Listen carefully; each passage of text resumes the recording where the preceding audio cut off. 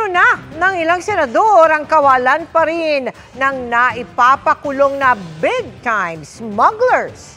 Sagot ng Agriculture Department, kapos ang kanilang kapangyarihan. Nakatutok si Sandra Aguinaldo. Mula sa mga smuggled na bigas hanggang sa pinuslit na sibuyas. Hindi lang iilang beses na may nasabat ang mga otoridad. Pero puna ng ilang senador sa isang pagdinig kanina, wala namang smuggler na napaparusahan.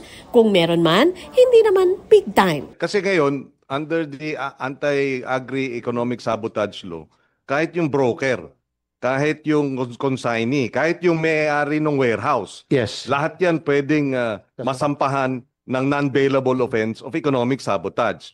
Sagot ng DA, kapos ang kanilang kapangyarihan. Meron kami 4 na kasuhan, but the reality is, ang pwede lang namin ikaso is quarantine law at food safety. Bigyan niyo ho kami ng enforcement power. Ako na magagaranti sa inyo, may makukulong. Natalakay rin sa pagdinig ang pagsadsad ng presyo ng palay ngayong anihan. Kaya raw dumadaing ang mga magsasaka na lugi sila. Kitang-kita na po yung very severe drop in palay price, and the result of that is talagang lugi-lugi po yung ating mga magsasaka.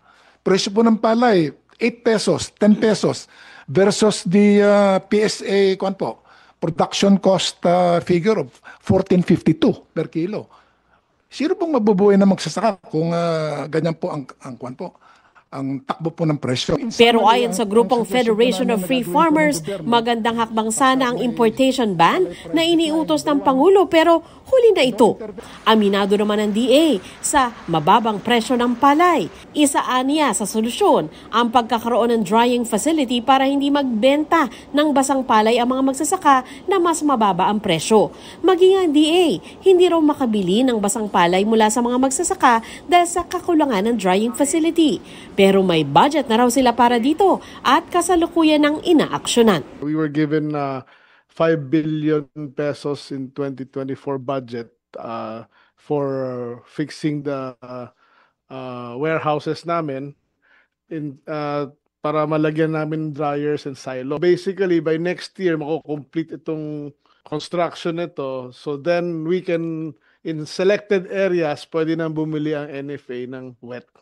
So, but we need a lot more. Para sa GMA Integrated News, Sandra Aguinaldo, Nakatutok, 24 Oras.